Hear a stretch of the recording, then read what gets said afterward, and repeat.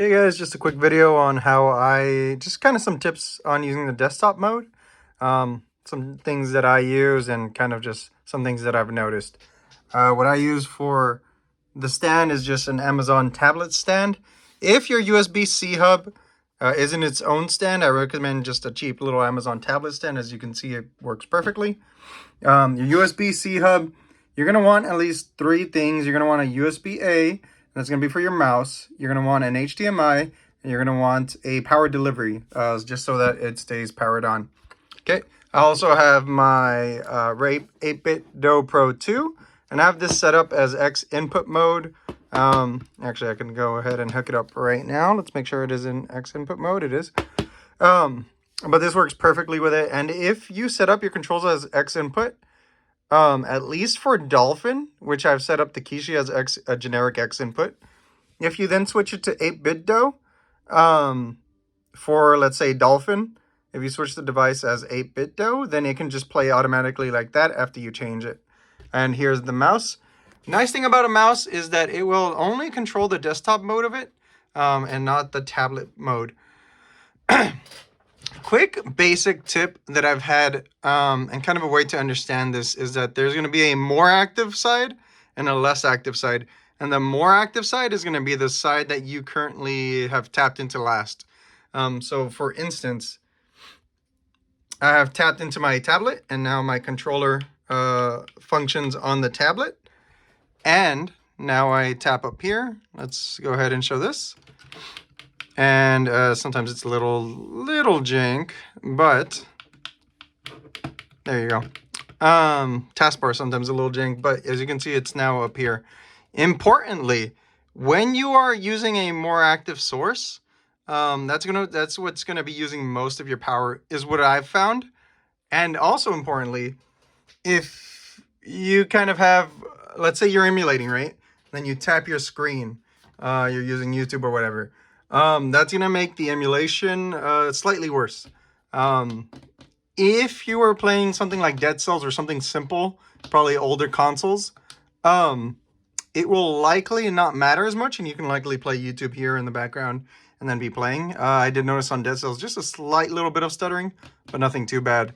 But if you're playing something like GameCube or Wii, like 2x resolution, 3x resolution, it likely will matter. So I like to just have this off and basically be quote-unquote inactive the whole time, which means I'm going to be playing and never tapping this. So what to do that, a Discord user by the name of Gumby, he recommended dual mono. Now dual mono, as you can see, it just turned the screen black. Now this is actually still it is still, the device is still functioning. But what it is, it's displaying black. So that means that, it being an AMOLED, it's going to shut off the pixels. So the pixels are going to be off the whole time, which is nice. More importantly, you can just not care about this device while you're playing.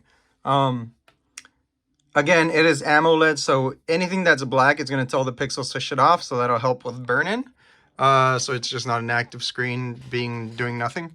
And then you can come back here and make this, click into it, so it's active, and then the control goes back to this. So before I even start any game, I go ahead and just shut that off completely.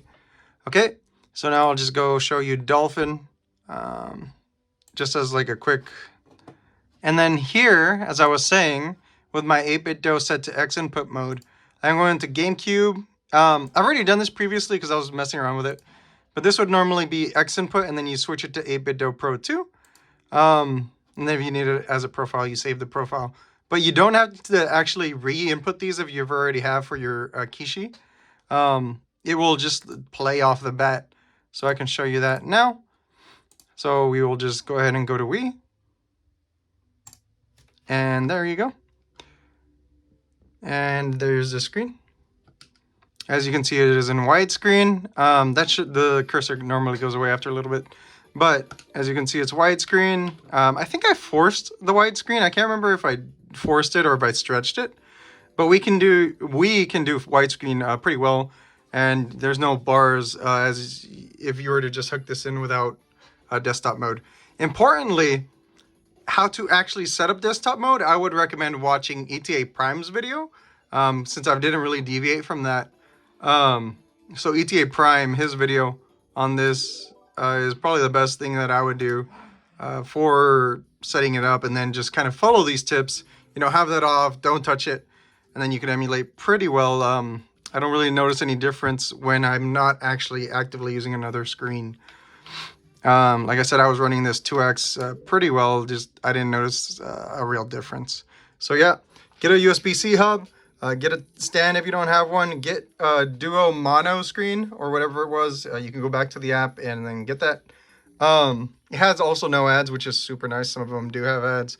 Get an 8-bit DOE, get a mouse, make sure one of these is USB-A, power delivery, and HDMI. And yeah, it'll work out really well for you. Have a good one.